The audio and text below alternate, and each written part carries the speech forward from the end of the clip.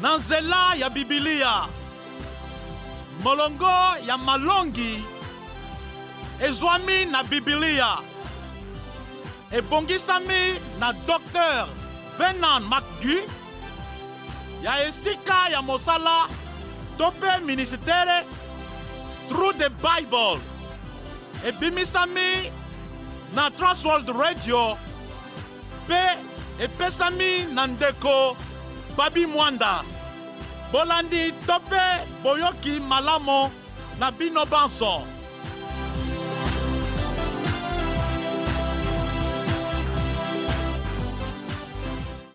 Bandeko kati na nkolo mbote. Bobimi mukapo ya tukumisato molongo ya zomi na sambo kino mukapo ya tukumisato na moko molongo ya zomi na mwambe. Mokapo ya tukumisato molongo ya zomi na sambo kino tukumibale. Na bikuke ya kokota ya ba misa ya katolika ezalaka kaka na keni ya mai moko mapambolama oyo bandimi bazalaki kosalela po na komipetola, kasi ezali pe na bantina misusu. Mai eye ezalaki kosunga po ya kokanisa motuya ya kopetolama na kati. Tokutaka yango na ba biyamba ebele ata judaisme. Liboso ya bokoti ya esika esantu po na kosala mosala na bango, banganga nzambe ya baebrei kolana na milulu esengelaki basokola maboko na makolo na sani ya mbengi. Na bomo ya mikolo miso, mai esungaka na kosokola biloko ebele.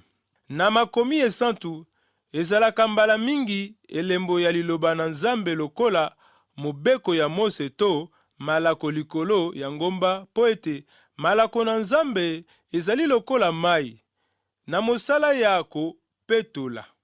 Solo, esengeli na yeba malako esantu pe natanga tango nyonso makomi po na yeba eloko nini esengeli na sala po ya mokeli na ngai. Soko bokoyoka mbala mingi mae malobami na babuku tuku motoba na motoba oyo ezali na makomi esantu, bokozala kosokola tango nyonso na mai ya liloba na nzambe po ete bokoyeba na bosolo esika nini bosali mbeba. Makomi mingi ya bondeko bwasika elendisi biso ya komipetola lolenge moko banganga nzambe babayuda bazalaki kosokola na basani ya mbengi. Bobeleme na nzambe, bongo yepe akobeleme na bino. Bino basumuki, bosukola maboko, bino bato ba mitema mibale, bopetola mitema mya bino.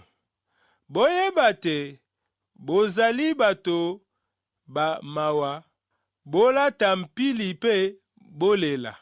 Botika kosepela, kasi boyoka mawa. Bomikitisa omiso mamokonzi, bongo ye akotombola bino. Yakobo mokapwa minei molongo ya mwambe kino zomi. Molongo ya tukumi bale na mibale kino tukumi bale na mitano. Nakobi na botangi na mokapo ya tuku misato ya bobimi. Yawe alobi na Mose, luka matiti na malasi masolo pimbo.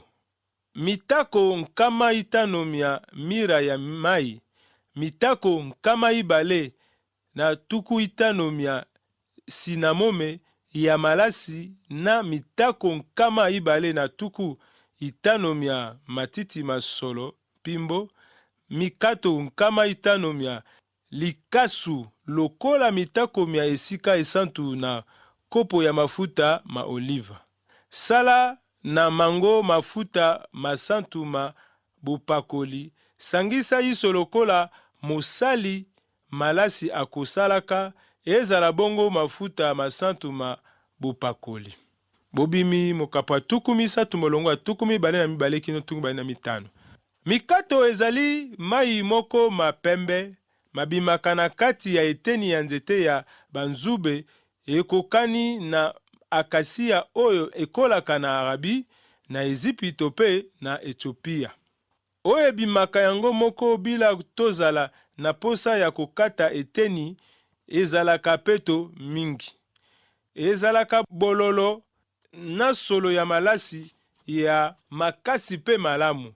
Ekotaka na bosala ba mafuta mingi. Sinamome ezalaka na solo makasi oyo ekokani na likasu pe euti na laurier oyo tokuti na esanga ya Selonde pe Orient. Lokola mpaka ya malasi, mafuta ya epakwa esengelaki ezala na miloko ya motuya pe ya lokumu.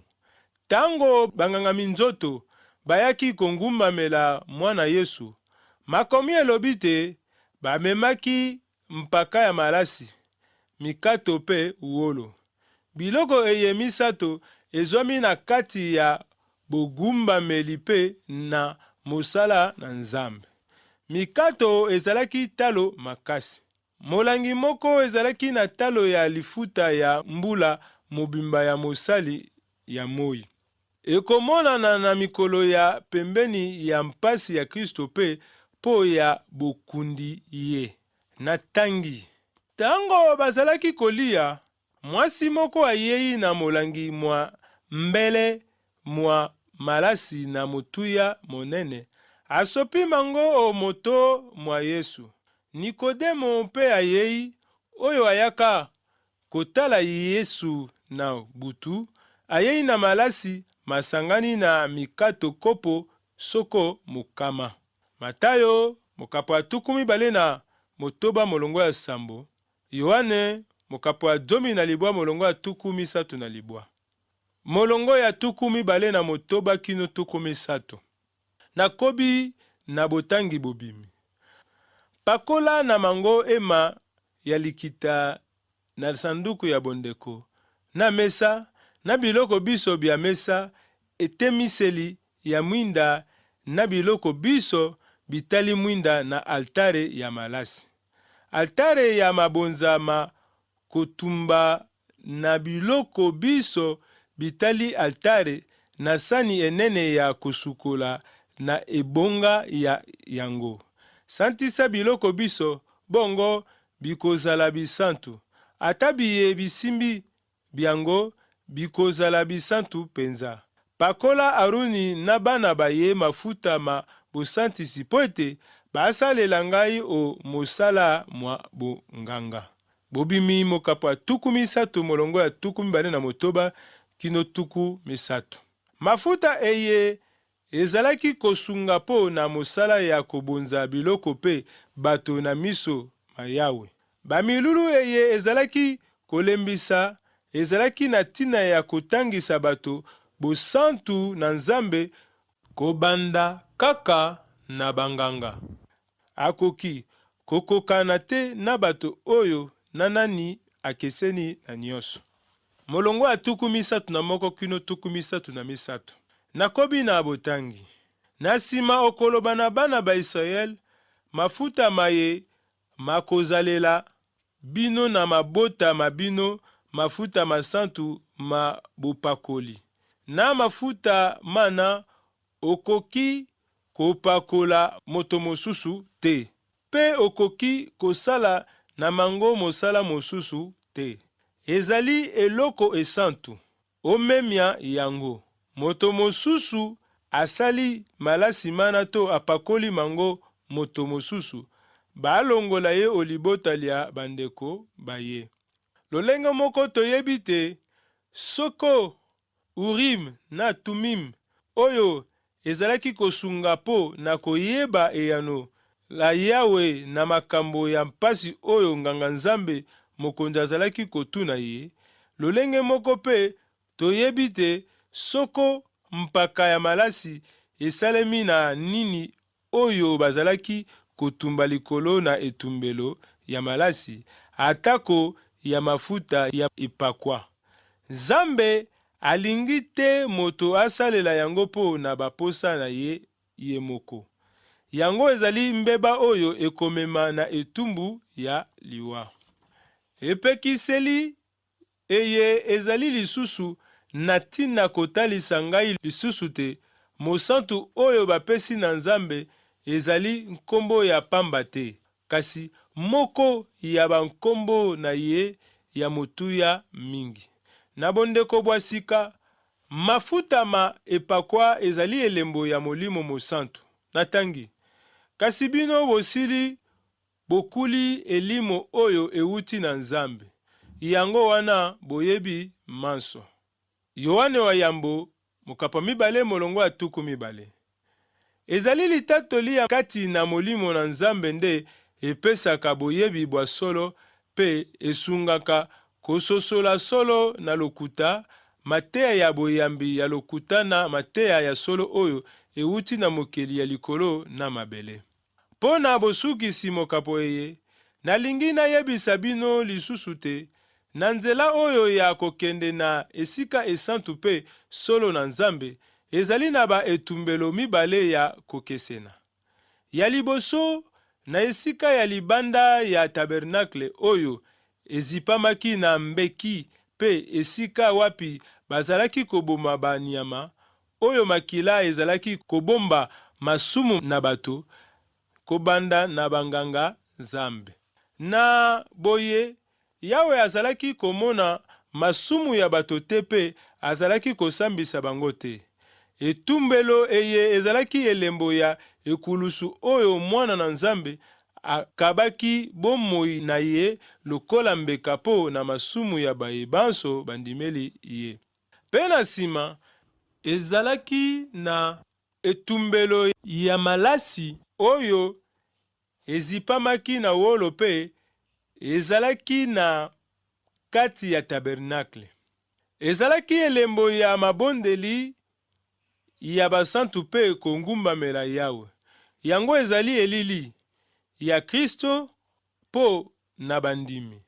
Molongo ya bitumbelo ezali ya kotosa.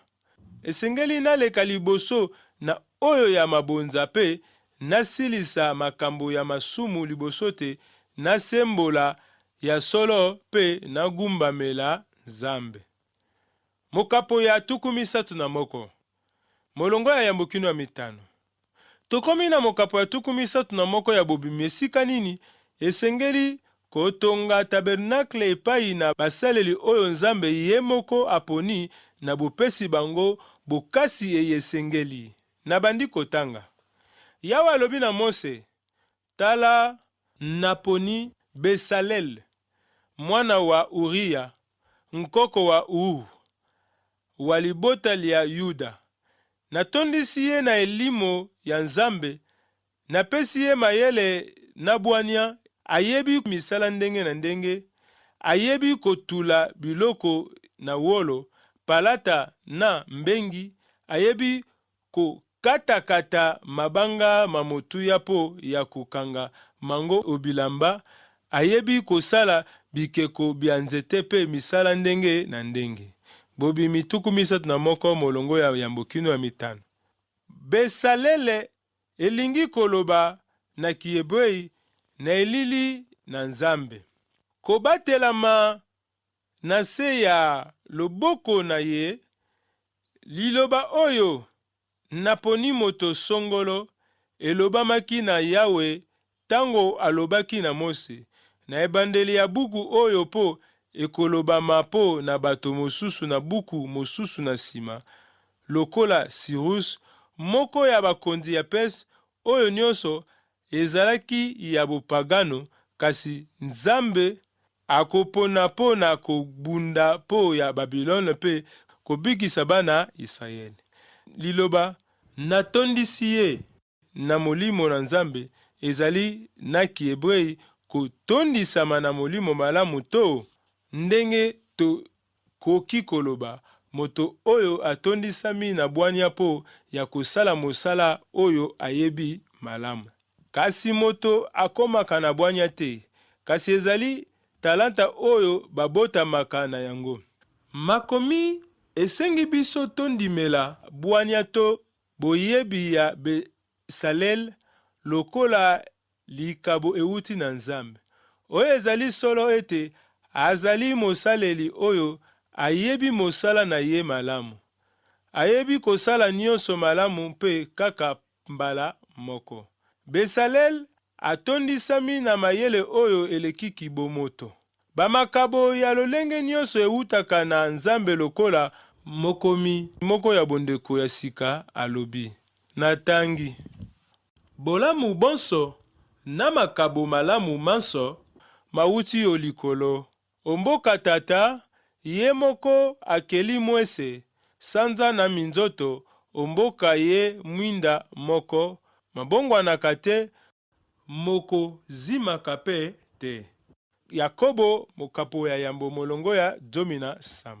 Pona ngai bato na mayele banso baye basungaki po na botongi tabernakle pe biloko ya kati na yango, bazalaki na mayele ya kobotama na yango, kasi Nzambe akomisaki bango makasi mbala zomi koleka ndenge bazalaki na ezaleli na bango, yango esali te, na esika ya kokima bazalaki kopumbwe.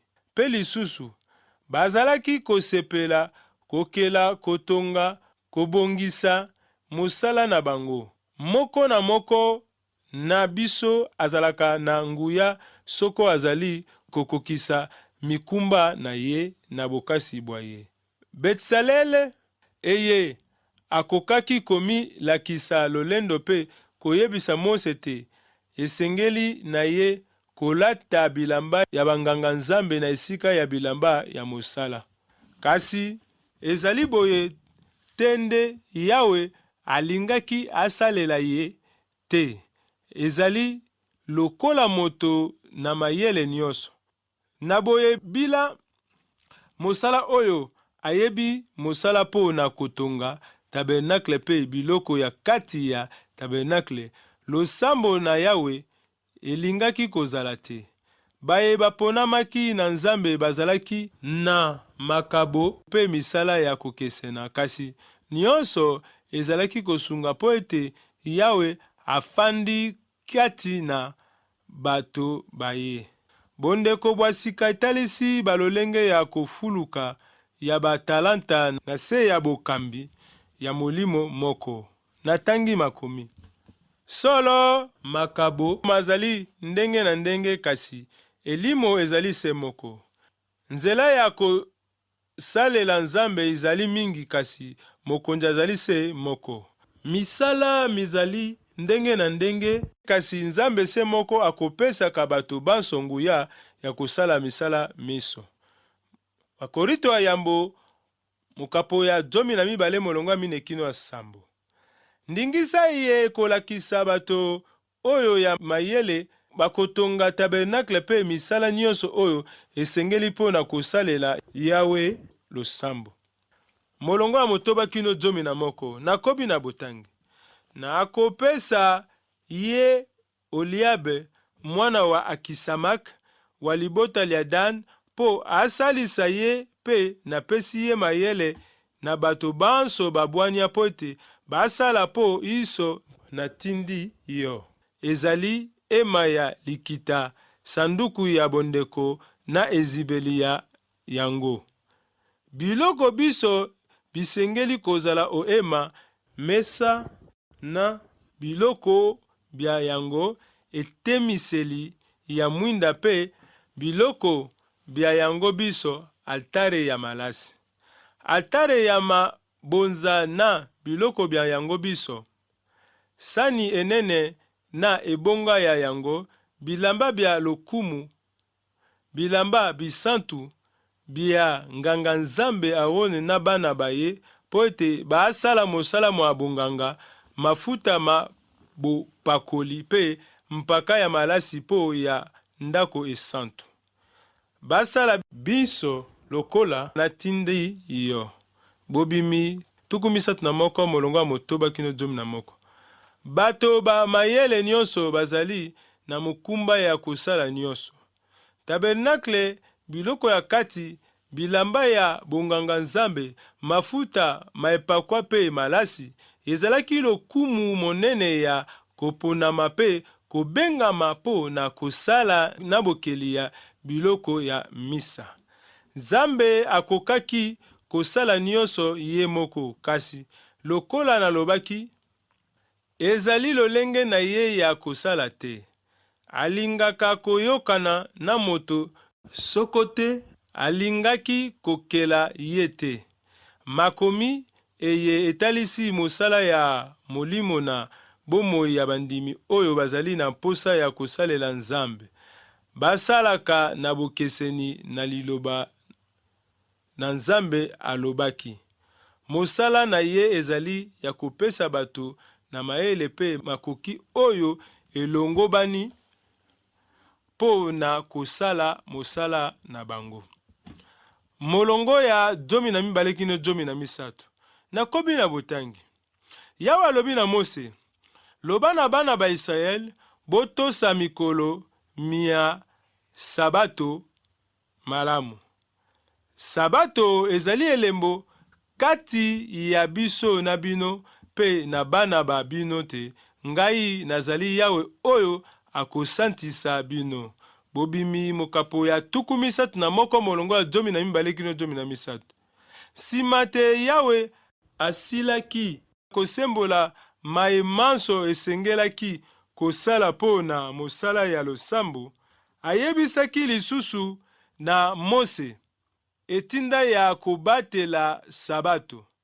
Atako mosala nyonso bazalaki na yango po na kotonga tabernakle pe biloko nyonso ya kati, esengeli na ba Israel bapema mokolo ya sambo.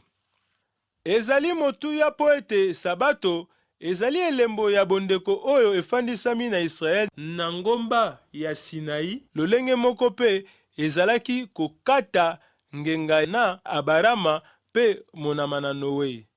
Na bolobi, nakomisi bino basantu, Yawe andimi etinda ya Israel oyo ezali ya kungumbamela ye pe yango nde elobeli lisusu sabato oyo ezali mokolo ya kopema pe ya misa.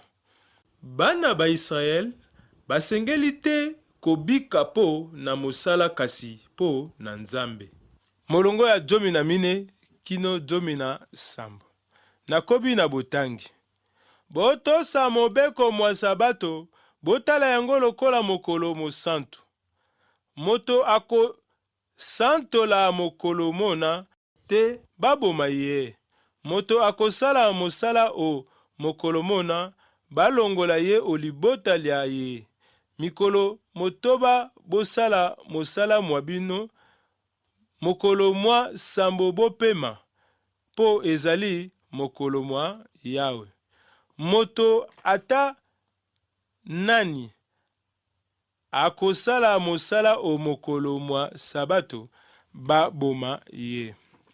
Bana ba Israel batosa mobeko mwa sabato o bileko na bileko lokola elembo ya bondeko bwa seko. Kati na biso na bana ba Israel, mokolo mwa sabato mozali elembo ya bondeko bwa seko. Zambi na mikolo motoba Yawe akelaki likolo na se, kasi omokolo masambo atikaki mosala pe apemaki. Bobimi mokapo 31 molongo ya 14 kino 17. Soko na ndakisa, moto akei kolokota nkoni mokolo na sabato po ya kopelisa moto na ye, asengelaki akufa. Etumbu eye emonani makasi kasi ezali kososolama epai na baebrei oyo kozanga botosi na mokolo na sabato, ezali elembo ya kobwakisa bondeko na Yawe oyo ezali mbeba monene. Israel akangolamaki na bowumbu pe na misala ya makasi ya mikolo nyonso po na kokoma libota na Nzambe. Kasi baye bazalaki kotosa sabato te, bazalaki kotatola yango na mongongo makasi te, bazalaki kosepela kotikala na Ezipito na esika batosa mobeko. Touti kolanda mokapo ya tuku misato na molongo na ye ya 17 kino mokapo ya tuku misato na moko na molongo ya 17. Na molongo ya 17 kino tuku mibale na mitano, awa tomoni lolenge kani Nzambe azali kolakisa Mose maye asengeli asala. Mingi awa azosenga na ye kosala mafuta masantu po ya bopakoli pe kosangisa yango lokola mosali malasi. Na molongo ya tuku mibale na motoba kino tuku misato, awa azali kosenga na ye ayeba na kopakola mafuta ena na ema ya likita, na sanduku ya bondeko, na mesa na bisika biso bya mesa. Na molongo ya tuku misato na moko kino tuku misato na misato, asengi na Mose atalisa bango ete mafuta ena ezali mafuta esantu, bakoki kosalela yango eloko mosusu te. Na mokapo ya tuku misato na moko na molongo na ye ya yambo kino ya mitano, tomoni Nzambe atalisi Mose bato ye abongisi po ya kotonga tabernakle kolandana na bwania na bango.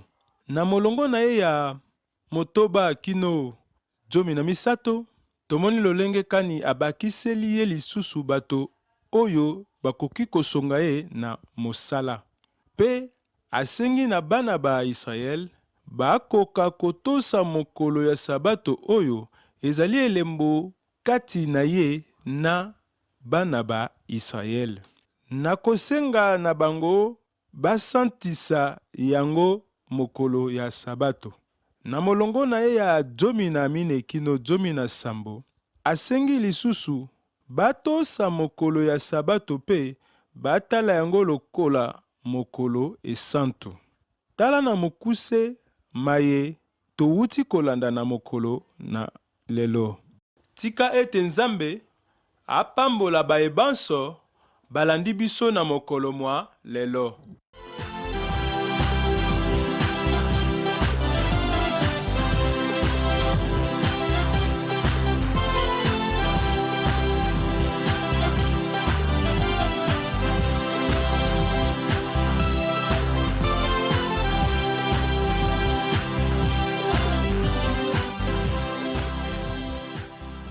Bouti kolanda mabongisi na nzela ya Biblia.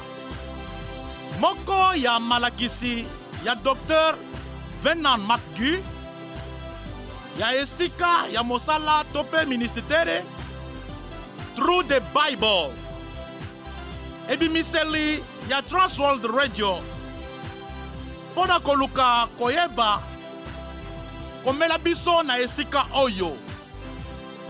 Uvira, RDC, quartier Rombe, Zela Tope Avenue Mwenga, numéro 100 na misa Tope 13, okoki pe kozwa biso na nzela ya singa tope telefone, plus tukumi bale na mine, tukumi sato na libwa, tuku libwa na bisato, zomi na motoba, tuku mitano na moko, tuku sambo na misato. Komela biso pe na radio Sango Malamu, Kinshasa, RDC.